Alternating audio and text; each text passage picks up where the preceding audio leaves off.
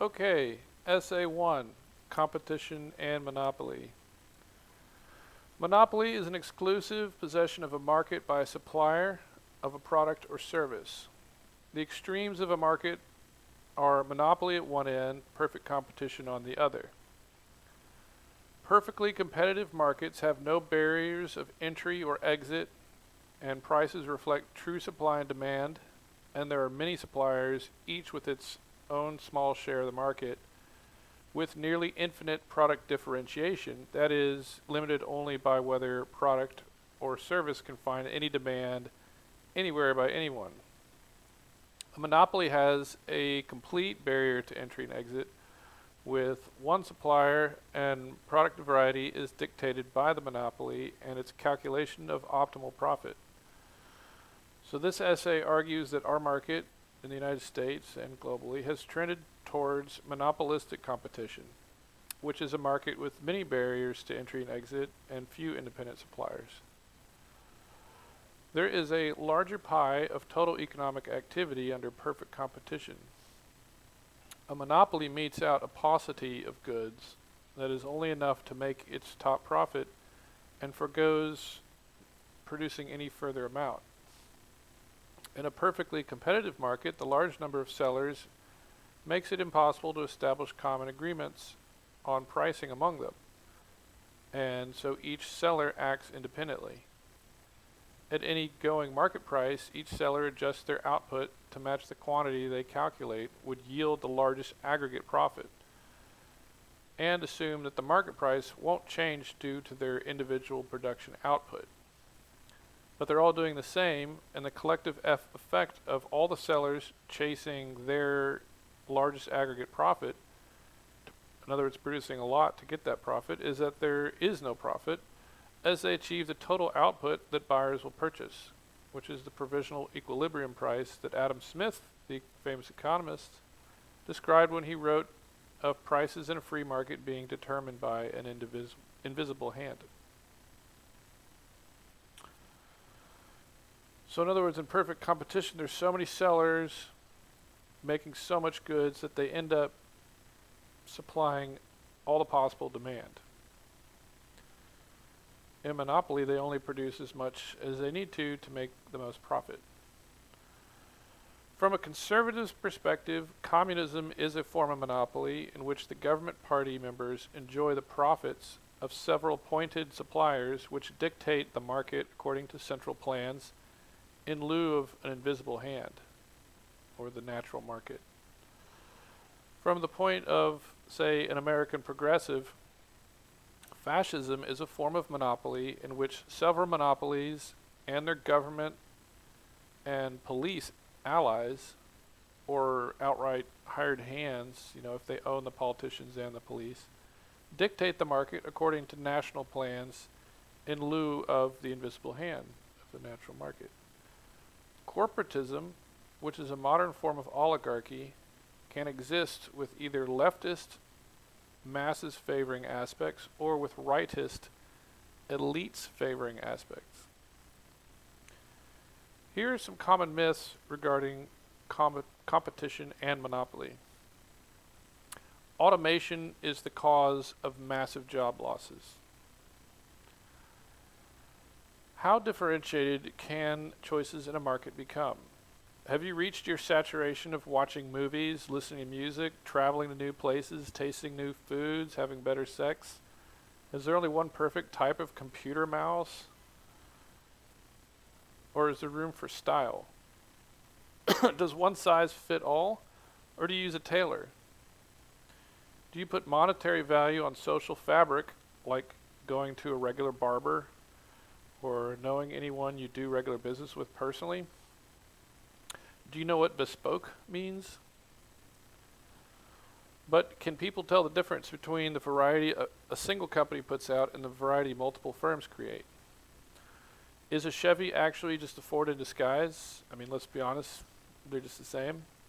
And the Cowboys and the Giants, they're all just guys playing football. Can't we just watch one team play itself? No, hell no. These are real differences. I used to believe that automation caused jobs to disappear, but no. We've already seen massive automation. It was called the Industrial Revolution. It's not automation, it's the concentration of producers, not a saturation of people's demand for different products, which has caused job losses. China under Mao mistook steel mills and steel jobs as being the true source of the West's wealth and strength. So he massively overbuilt steelmaking capacity, an overcapacity in China that still exists to this day. He even had people smelting down their pots and pans from their kitchen in order to reach an arbitrary production quota, assuming that steel itself was the advantage. And oftentimes you hear American politicians, like from the Midwest, they'll still talk about getting good steelmaking mill jobs back, as in from the Chinese who stole those jobs. But once you've built a hammer, you go and you use it. And we've already built our rails and pipelines and we're using them. And politicians will blame the automation. Mills that once used to employ hundreds of thousands of employees can now use just hundreds. But again, you use steel to do anything. If we let the Chinese dump steel on us, it would become so cheap we could make all our houses out of steel. We could use it to rebuild bridges for really cheap. We could build more rails and have car-faring broad gauge trains.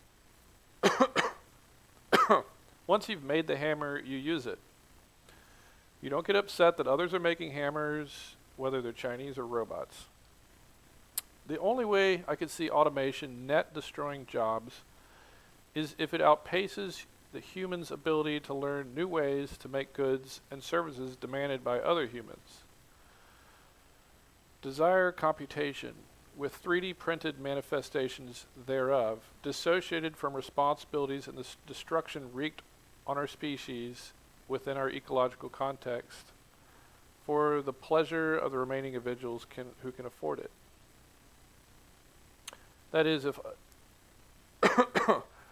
all accounting jobs, legal jobs, all kinds of things, doctor jobs were somehow automated by brilliant algorithms and computers that addressed all of our desires. But even that could benefit from competition. Just as we enforce limit to markets by making it illegal to kill people and destroy property, we sometimes enforce limits to markets by making it illegal to poison the air and water, and other less direct, slower ways of killing people and destroying value. And the techno-utopian men pushing for such extremes of automation rarely understand the constraints of ecology, nor are they as attuned to the damage they do to their own health by living so far outside of nature in an imbalanced and over-automated, autistic world of their meta-minds. Meta-minds meaning they are projecting out the mind onto the world and then sort of masturbating to it. Nature has its own input that's of value to us. Monopolies are necessary today. This is another myth. Amazon.com is so convenient. Yes, it's becoming a monopoly, just as Walmart did before it, only better, or monopolistic competitor. And soon it'll be able to drone deliver pizza to my front yard.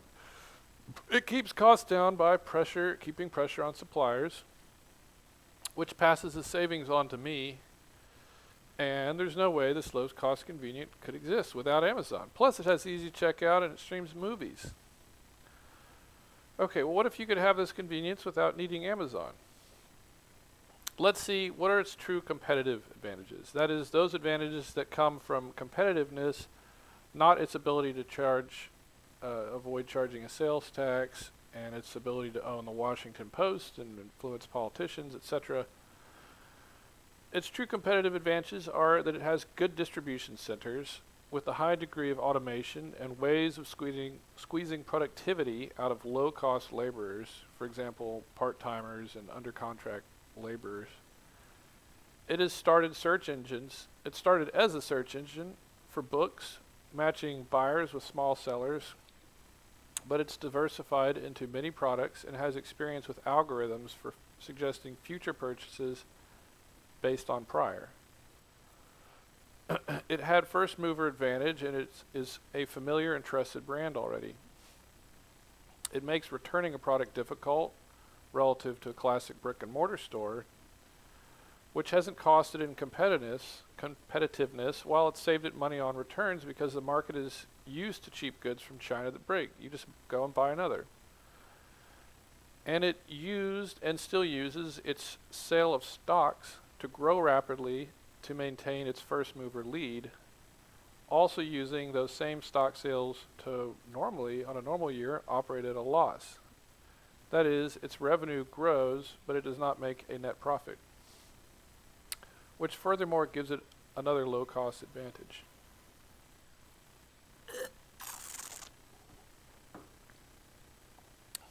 Okay. Now, what are Amazon.com's monopolistic advantages? That is, those advantages that come from anti-competitiveness. Amazon managed to lobby around state sales taxes. If you buy something from a seller out of your state, you don't have to pay a tax. It's interstate commerce. So some states, because Amazon has distribution centers in state that move boxes around, argues that you are buying from Amazon, so you should pay the tax. But Amazon succeeded, humorously enough, with a carrot and stick approach, where the distribution centers themselves were the carrots, because in the sense that they provide jobs and tax revenue, and also the sticks. We won't give you distribution centers if you fight us, so you won't have the jobs. A simple political move, and it worked. But this is a minor barrier. Sales tax don't ensure a monopoly. Any supplier who sells to another state can waive the sales tax. Amazon competes with Netflix, Hulu, Google, and YouTube now for online streaming, and many suppliers have their own websites for their wares. Google has online shopping, as does Target and Walmart and Home Depot now. UPS, United Parcel Service, has more distribution capacity and experience than Amazon and still delivers far more parcels and is very competitive. The primary barrier to entry for a potential competitor with Amazon is not legalistic, but due to Amazon's ability to sell without profit, propped up by its stocks, I think. This is more complicated, but basically cheap and easy money from the Federal Reserve inflates the stock market and allows companies to issue stock and especially debt as long as they keep interest rates on debt low. The advantage in stock selling to forego profits would end if people stop buying their stocks. The advantage in their large size giving extra pressure on suppliers to keep prices down would end if suppliers could find even marginally more profitable customer sources elsewhere. Just as an example, if banking were deregulated entirely, so that anyone, for a wild example, anyone could hold Bitcoin and vegetable seeds in a vault and issue banknotes backed by them. That is, you could take their note, be it paper or digital, to this bank, be the bank itself brick or digital, and exchange the note for Bitcoin and seeds, which are digital and organic. Then this bank could make a loan to a company. So say a company hires programmers to create a convenient application that effectively and smoothly matches suppliers to customers using networked distribution with payment in digital currency or seeds. So how it would work is, you speak into your phone, "I want all the seeds to grow stuff to make a pizza." A list pops up and quotes come in from several bidding suppliers. You approve one of those lists and the quotes. Your payment goes out and the order is fulfilled. A drone or person working for the distribution company, for example, UPS, United States Postal Service, or Joe's Logistics, picks up the good from the supplier, for example, rareseeds.com, and delivers it to your chosen delivery location. The NSA makes sure it's not a dirty bomb by using algorithms that look for terrorist activity in your process, and hopefully they haven't been corrupted by a rival seed supplier or drone company to pull more of your chosen supplier's goods out for violent random inspections. You take the seeds and the spores and cuttings, plant them, and in a few months you have tomatoes, grains to grind, artichokes, mushrooms, and you can have yourself a pizza. Voila, no more Amazon. Maybe Amazon would then end up focusing on space delivery and content creation for movies about space. So another example is Uber. Uber has fought the taxi monopolies to improve competition, but this competition could go further. Why not use eBay, Facebook, and other online trusted profiles and means of verification and validation to back up a profile of a driver using a cheap app that shows driver and rider's profiles, payment, where the drivers are presently using a phone's location services, route the pricing quote using a Google or other map, and the driver's rate. The barriers to entry are breaking down, if broken all the way down. I mean, Uber showed there's no need for yellow cab. Further competition could prove there's no need for Uber. Facebook secured its market position, beating out MySpace and Friendster and keeping Elo down by strength in its open network.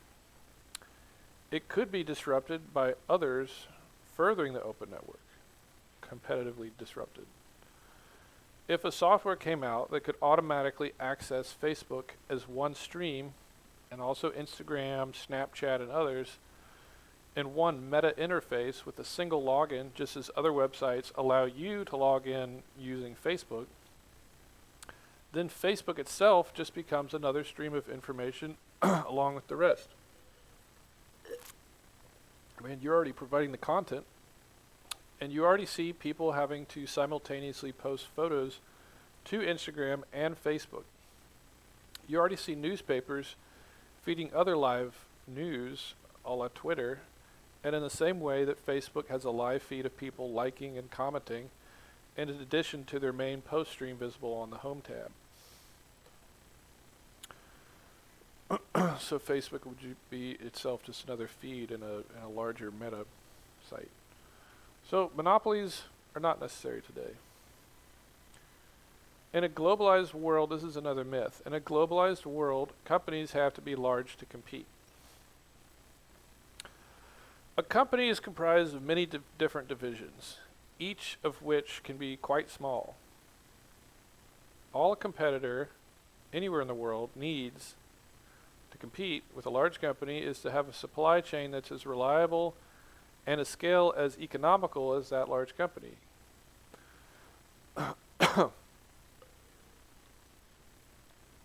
Moreover, with a superior product, if you have a superior product in a free market, customers will always choose that better option, even if there's some doubt initially about your small firm's ability to deliver.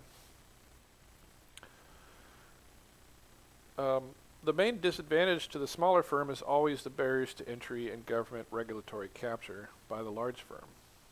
These are anti-competitive advantages of a monopoly. For example, if laws are written in such a way that massive lawsuits are common, only a larger company can afford to be sued and to sue. A large company will win any patent battle or any legal proceeding that invokes a law that they had passed by a politician in their favor, as they can outspend the smaller firm or individual. The process of trade integration among nations to reduce tariffs and trade barriers has unfortunately also been influenced by politically competing, very large and politically connected companies that can afford to take part in those discussions, if not directly, then by influencing politicians. Here's another myth. The internet destroyed the music industry and has hurt the creative industry. It's not entirely a myth. While it's true that theft of creative products easily stolen because these products can be converted into data bits and transferred in electron streams through the ether and children's pockets by thumb drives, It's true that this theft has been massive and to the great detriment of artists. But that same medium used for massive theft, digitalization, has also massively lowered the cost of production. It used to be you do reel-to-reel taping, but that's been replaced by digital audio tape recorders.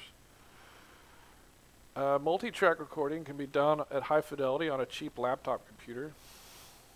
I watched a friend who's a director rent an entire truck of Panavision equipment, but he left the film reels and the big camera bodies inside the truck, and they only took out the lenses, and they attached the lenses to digital single lens reflex cameras, and cameras like the Red back then, but cameras that were costing under $6,000. You could just buy them. Back then, you couldn't even buy you could never buy a Panavision camera. You could only rent one. And the creative service, live performances, theater, ballet, they have not been affected because we can't substitute being somewhere. You can't substitute being at a concert with just listening to it on your headphones. Your stolen music.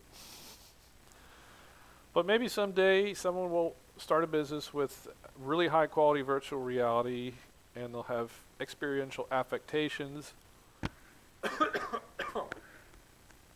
You can listen to things over Sennheiser Orpheus headphones by renting time. Some people are already doing this with the feeling of being a bird flying, using Oculus Rift and fans and things. And Star Trek had their holodeck. And then maybe that technology could advance to where people could start to afford to do that at home. So you would have 3D camera wielding experiential media pirates stealing some of the market for the live performances. But we might decide in favor of draconian laws to make such digital pirates walk an analog plank. Alright, coming towards a conclusion here, some truths.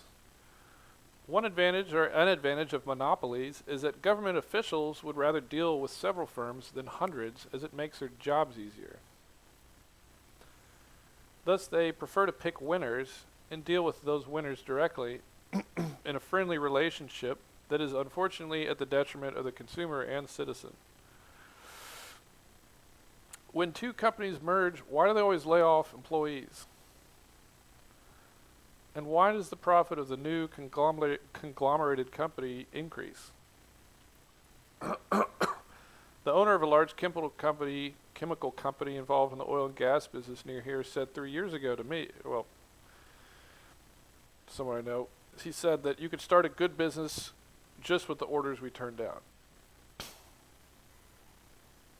If we wanted to jumpstart competition, we could re-empower the Sherman Antitrust Act of 1890.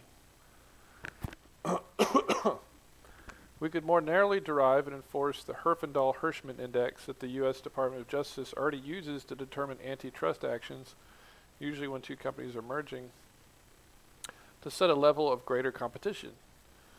This would especially be of value regionally, and there was a great article on this in the Atlantic magazine recently that I'll link to. Finally, a greater variety of products, services, suppliers. Not only does it lead to more jobs, more total economic activity, including greater velocity of money, it also will lead to greater regional cultural flavor. Large account firms make the same buildings everywhere with the same look, addressing the needs in the same manner.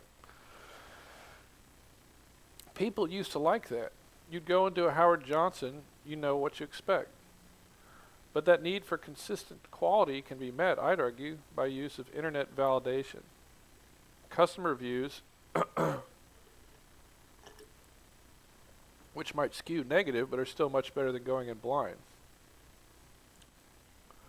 So you could go in a roadhouse in rural Texas, and you know you get a 50-50 chance of getting into a bar fight, but you'd also know your barbecue will be amazing and the beer's top quality. Guy Dubois' Society of the Spectacle has been replaced by Baudrillard's networked Ecstacy of Communication, which has the unfortunate side effect of making a generation of attention deficit, anxious, underdeveloped humans. But this is the fault of our use of technology, not of markets. And I suspect anyone who could better organize people's time in the day along more meaningful lines will eventually benefit if we have a free market to let them win out over those heads of companies that have people addled and static in a diminished state of dependent addiction to petty information, doing jobs with little meaning in uniform buildings made by uninspired architects for bureaucratic ends. The Tuttles of the world and their bleak North Korean centralized world cannot touch the Mittelstands of Germany, the vibrant living dreams of Baron von Munchausen, and the spirited competition of the Crimson Permanent Assurance. Thank you.